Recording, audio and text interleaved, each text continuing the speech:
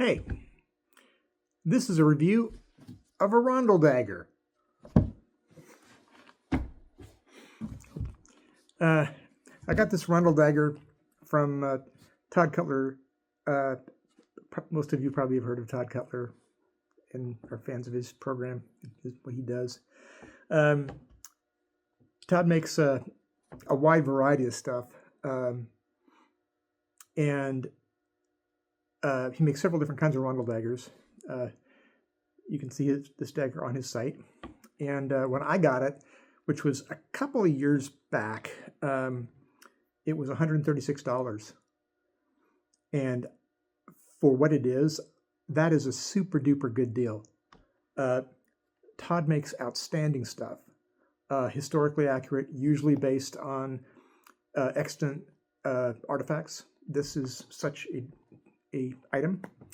And he makes a broad quality range. So you can get bespoke stuff from Todd that is thousands of dollars. And then you can get stuff like this, which is very, very good for I think, a very reasonable price. And even his line of swords, his Castillon sword, I kind of want to get that. It's in my brain right now thinking, do I do it?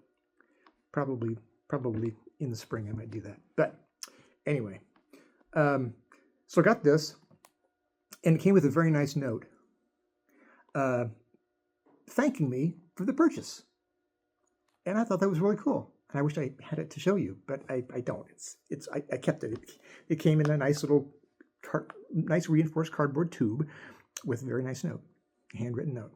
Anyway, I dig it. That's very cool. So let's do this review.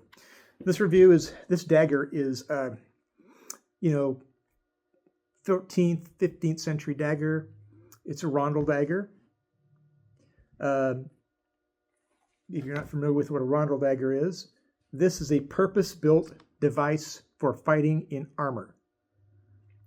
This exists specifically to go into a night like you would go into a Dungeness or King Crab to get the meat out. That's what this is for. This is for fighting in armor. It's not for carving your victuals at an inn. It's not for hunting. This is specifically designed to kill an armored opponent. It's not designed to parry them away. This is not designed to scare somebody. This is designed to finish them off. They're also called daggers of mercy. It's an extremely long dagger. This is about 18 inches long from end to end. And the blade itself is about 11 and a half inches long. So it's a pretty big dagger. I want to make sure I got that right. I said 18 inches. Am I a liar? Well, it's 17 3/4 inches, so it's pretty close to 18 inches. It is a triangular blade, and it is a whoppingly thick blade here. And the tang is extremely big, too. The tang is that thick going all the way through, which means you can't bend this. I mean, maybe if you were Schwarzenegger, you could bend it, but I can't bend it. It's got a very sharp point, super dangerous sharp point. Can't reenact with this. Too sharp.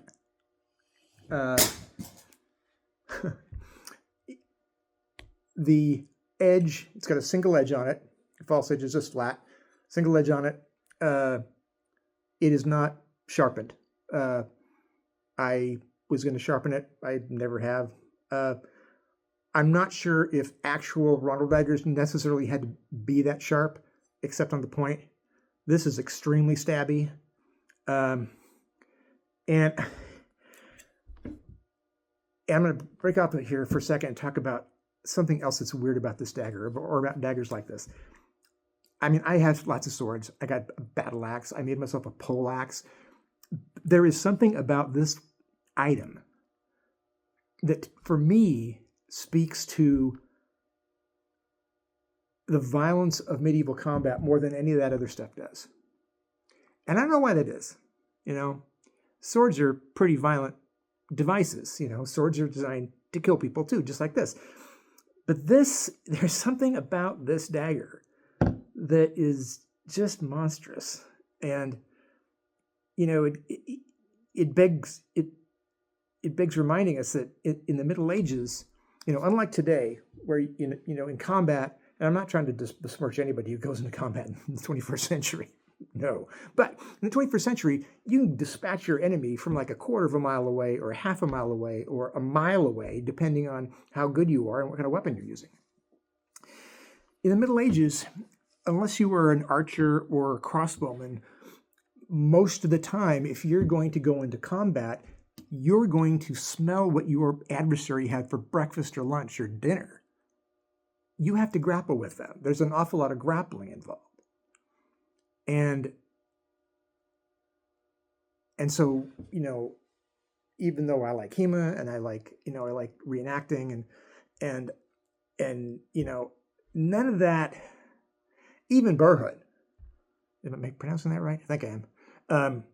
None of that stuff is real because you go into those situations knowing you're going to come out and go to pizza or have a cup of coffee afterwards or maybe a beer. In the Middle Ages, when you got dressed up in your armor and you had this hanging by your side, the assumption was you were going to kill someone or someone's, or they were going to kill you, or at least try really hard. And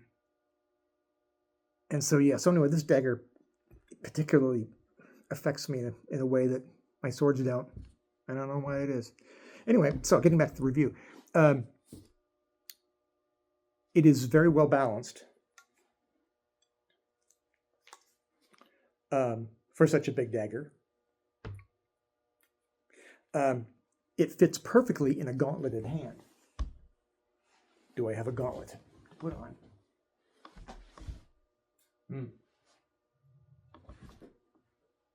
Where's my gauntlet? I'm going to have to get one. As if by magic, here's my gauntlet. Look at that. There's nothing getting that out of there. That is, once that is in there, once you have a hold of that, there's nothing for it. That's like a single lethal device. So it fits great either way. And you can see that the Rondel adds protection around where the gaposis would be in here. I mean, you could try to stab yourself in here, but or not yourself. Somebody could try to stab you, and it's going to be very difficult to get in there.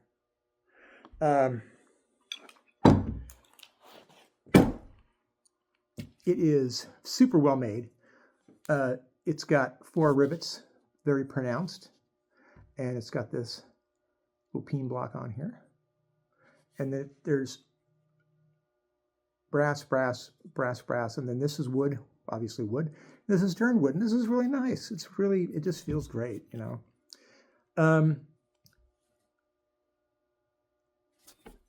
Where the blade goes into the handle, you can see a little gaposis right there. All right. So if I was to tell Todd Cutler to do anything, I would say, try to address that. Just address that. It's more pronounced on this side than this side. This side, you really don't see it at all. So it's just more pronounced on this side. However, it very much looks like a handmade weapon. It looks like something that you would get from a weapon maker in the Middle Ages. The sheath is hardened leather, folded, stitched up the back. This leather cord has never come loose. It's always hanging on my knightly girdle, my placard belt. It's got a nice brass tape on it, and it fits in there real nice. Because this is such a big, that's kind of how it hangs right there. So it isn't as blade heavy. Ooh, see, so that can happen. But for the money, for the authenticity of this, for the quality of this. I think when I got it, I said it was $136. Massively good deal. Massively good deal. I highly recommend Mr. Cutler. If you want to get any kind of a medieval dagger, I'd go to him first and foremost. Just that, full stop.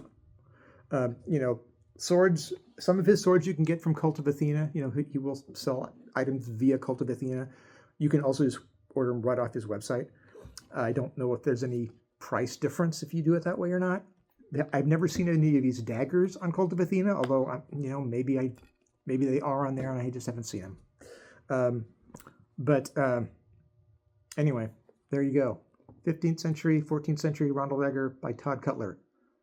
A very, very, very nice dagger to stab your opponent in the visor with, or in the groin or armpit, behind the knee, inside the thigh. Basically if you want to torment your enemy in his final moments, this is the dagger to do it. Of course, we aren't going to do that. We're just, we're doing living history and stuff like that. So, but this is a good item for living history. And it's a good talking point, because a lot of people, when they see daggers, if you're at a Renaissance fair or whatever, and you're doing living history, or if you're at a living history event or whatever, people who come up to you, most everyone has heard of a dagger. They know what a dagger is. But when they see this is a great teachable thing, even more than a sword, because this starts the conversation about, well, why does it look like this? Why is it made like this? What was it for? And then it leads into armor, it leads into armored combat, it leads into the evolution of armored combat throughout the Middle Ages. And it also, if you have something like this, even if it's not this particular dagger, if it's one of his other daggers, they look so nice that their conversation starts with all sorts of people. Anyway, that's it. Have a nice day.